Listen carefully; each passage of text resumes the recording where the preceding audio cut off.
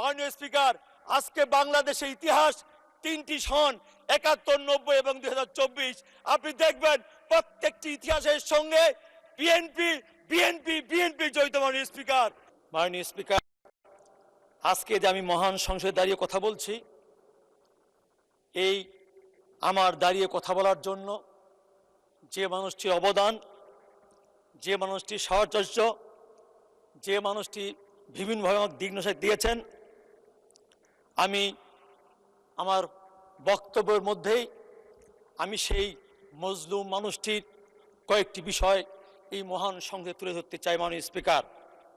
মাননীয় স্পিকার, শৈশবে সেই মানুষটি তার পিতৃ হারিয়ে যখন বেড়ে উঠেছিল, একটি সময় একটি দলের দায়িত্ব নিয়ে সারা দেশে একটি উদ্যোগ, একটু চেষ্টা, এনে দিবে সচ্ছলতা, আসবে দেশে স্বনির্ভরতা, এই স্লোগানকে ধারণ করে সারা বাংলাদেশে কখনো হাঁস মুরগি ছাগল, কখনো তৃণমূল প্রতিনিধি সভা, কখনো কম্বল বিতরণ, এইভাবে সারা বাংলাদেশের মানুষকে ঐক্যবদ্ধ করেছিল। শুরু হয়েছিল সেই মজলুম মানুষটার উপরে ষড়যন্ত্র, দেশীয় এবং আন্তর্জাতিক। সেই দেশীয় আন্তর্জাতিক ষড়যন্ত্রের মধ্য দিয়েই 111 সংগঠিত হয়েছিল। সেই 111 সরকারের টার্গেট হয়েছিল সেই মজলুম মানুষটার। মাননীয় স্পিকার, আমরা সেদিন অনেকেই হয়তো আমরা সেদিন দেশান্তরিত হয়েছিলাম, অনেকে তো আত্মগোপনে ছিলাম, কিন্তু আমরা দেখেছি কিভাবে সেই মানুষটি প্রায় 3 মাস তার বাসার ভিতরে অবরুদ্ধ থাকার পরে, যার পিতা বাংলাদেশ স্বাধীনতার ঘোষক ছিল, যার পিতা বাংলাদেশের নেতৃত্ব দিয়েছিল, যার মাতা 3 বারের সাবেক সফল প্রধানমন্ত্রী ছিল, সেই মানুষটাকে কিভাবে র্যাবের ড্রেস পরে সেদিন ওই সিএমএম কোর্টে হাজির করা হয়েছে। মাননীয় স্পিকার, শুধু এইখানে নয়, সেদিন আমরা দেখেছিলাম তার বিমর্ষ অবস্থা। একদিন কোর্টের বারান্দায় দাঁড়িয়ে সেই মানুষটি মহামান্য আদালতকে বলেছিল, মহামান্য আদালত, আমি বাঁচতে চাই, আমার বাঁচার অধিকারটুকু দেন। মাননীয় স্পিকার, আমি সেই মজলুম মানুষটির কথা বলতে আসছি। মাননীয় স্পিকার, এইখানে শেষ নয়, নির্যাতন করতে করতে সেই মানুষটাকে এমন একটা অবস্থায় নিয়ে যাওয়া হয়েছিল, তাকে অদ্যমিত করা হয়েছিল।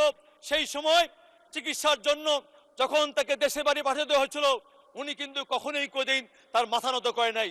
মাননীয় স্পিকার, এইখানে নয়, উনি দেশের বাইরে গিয়েও আমাদের দলকে নেতৃত্ব দিয়েছেন।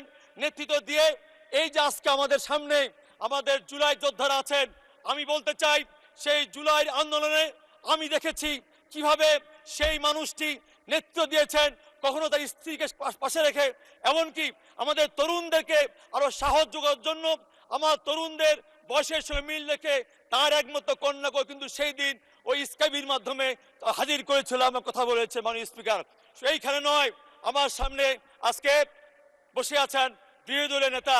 আমি দেখেছি 2025 মার্চ এক 12 দলের জোটের একটি ইফতার মাহফিলে মগবাজারে, সেখানে নিজ মুখে উনি বলেছিলেন এই যে জুলাই আন্দোলনের ক্যারিসমেটিক নেতা হচ্ছেন তারেক রহমান।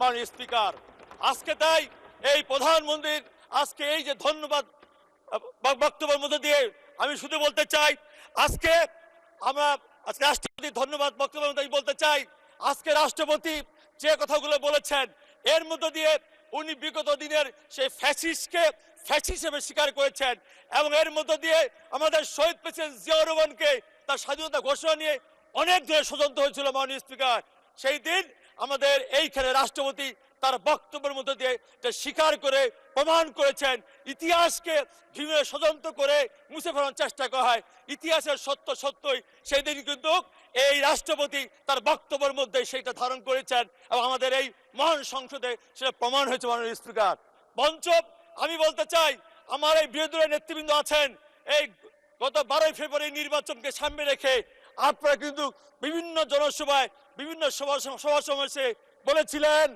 বিগত ফ্যাসিস্ট সরকার যে দুর্নীতি করেছে সেই দুর্নীতি ভাগিদার নাকি আমাদের বিএনপি সরকার। আজকে শুধু বলতে চাই, সেই সাথে 4 দলের সরকার ছিল, সেই 4 দলের সরকারের 2 জন গুরুত্বপূর্ণ মন্ত্রী দায়িত্বে ছিল আপনাদের প্রধান 2 জন নেতা। মাননীয় স্পিকার, তাহলে বিএনপির দিকে আঙ্গুল তালার দিকে তাকানোর দিকে আমি মনে করি উচিত ছিল আপনাদের নিজের দিকে তাকানো। মাননীয় স্পিকার, আজকে তাই এই মহান সংঘে দাঁড়িয়ে বলতে চাই, মাননীয় স্পিকার, আজকে আমরা যে মজলুম মানুষের কথা নেতার কথা বলছি, সেই নেতা আজকে বাংলাদেশে পদার্পণ করে আজকে যে ইতিহাস তৈরি করেছেন, সেই ইতিহাসকে কালিমামুক্ত করার জন্যই, সেই ইতিহাসকে কালিমাযুক্ত করার জন্যই আজকে অনেক ধরনের আমরা সংসদে এবং সংসদের বাইরে অনেক কথা শুনছি। মাননীয় স্পিকার, আজকে শুধু বলতে চাই, আজকে আমরা দেখতে পাচ্ছি আজকে বিভিন্নভাবে আজকে প্রচার করা হচ্ছে বিএনপি নাকি সংস্কার বিরোধী। মাননীয় স্পিকার, আজকে শুধু বলতে চাই, আজকে বিএনপি আজকে সংস্কার যে আন্দোলন করেছিল, শুধু আজকে এই যে জুলাই যোদ্ধা আন্দোলন বলছেন মাননীয় স্পিকার, এই জুলাই যোদ্ধা আন্দোলনকে সামনে রেখে আমাদের মাননীয় আজকের যে আমাদের প্রধানমন্ত্রী সেই দিন কিন্তু বিবিসি সাক্ষাৎকারে বলেছিল, এই জুলাই আন্দোলন কোনো ব্যক্তি, কোনো দল, কারো একক কৃতিত্ব নয়। এই জুলাই আন্দোলন হচ্ছে বাংলাদেশে 18 কোটি মানুষের, ছাত্র জনতা, শ্রমিক, গৃহবধূ সবার আন্দোলনের ফসল। মাননীয় স্পিকার, আজকে তো আমি বলতে চাই, আসুন আমাদের সংস্কার বলেন, আজকে জুলাই সনদ বলেন, জুলাই সংস্কার বলেন এবং গণভোট বলেন, আসুন আমরা আইনের সুষ্ঠু ব্যাখ্যা দিয়ে এইখানে আলোচনা করব, পর্যালোচনা করে ইনশাল্লাহ আগামী দিনে আমাদের আলোচনার মধ্য দিয়েই আমরা একটি সুষ্ঠু সমাধান আনবো, যার মধ্য দিয়ে আগামী দিনে এই সংসদকে আরো প্রাণবন্ত করব, এই সংসদকে মানুষের কাছে গ্রহণযোগ্য করে তুলব। মাননীয় স্পিকার, তাই কবির ভাষায় বলতে চাই, নিন্দুক যে বেঁচে থাকুক বিশ্বহিতের তরে, আমার আশা পূর্ণ হবে তাহার কৃপা ঘরে। মাননীয় স্পিকার, সবশেষে বলতে চাই, মাননীয় স্পিকার, আজকে বাংলাদেশের ইতিহাস 3টি সন 71, 90 এবং 2024, আপনি দেখবেন প্রত্যেকটি ইতিহাসের সঙ্গে বিএনপি বিএনপি বিএনপি জড়িত। মাননীয় স্পিকার, আজকে 71-এ শহীদ প্রেসিডেন্ট জিয়া রহমান, 90-এ খালেদা জিয়া এবং 24-এ তারেক রহমান, তারই দৃষ্টান্ত আমাদের সামনে। মাননীয় স্পিকার, আজকে শুধু বলতে চাই, আমার পঞ্চগড়ে যে উন্নয়নের কথা বলি, আমাদের মাননীয় প্রধানমন্ত্রী বলেছিলেন আগামী দিনে আঞ্চলিক সমতার ভিত্তিতে উনি উন্নয়ন করবেন।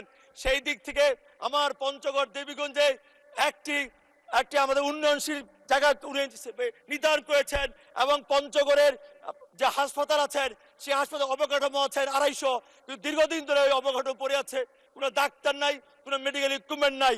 আমার 2 উপজেলায় 50 হাসপাতাল আছেন, সেইগুলো 100তে উন্নতি করা অত্যন্ত জরুরি।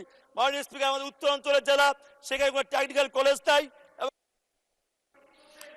ধন্যবাদ।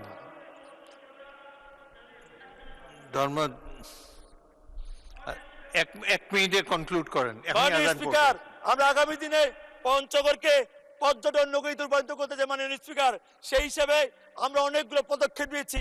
আমি আশা করব এখানে পর্যটন মন্ত্রী আছেন এবং আরো যারা সরকারের মন্ত্রী আছেন, সবাই আমাদেরকে সহায়তা করবেন এই উত্তরাঞ্চলের অবহেলিত এলাকাকে যেন আমরা উন্নত করতে পারি এবং আগামী দিনের জন্য আমরা শুধু পঞ্চগড়ের চা শিল্প নয় এবং পঞ্চগড়ের সুগার মিল নয়, পঞ্চগড়ের এগ্রো এশিয়া নয়, এগ্রো উন্নয়ন নয়, আরো বিভিন্ন ক্ষেত্রে যেন আমরা পঞ্চগড়ে এগিয়ে যেতে পারি।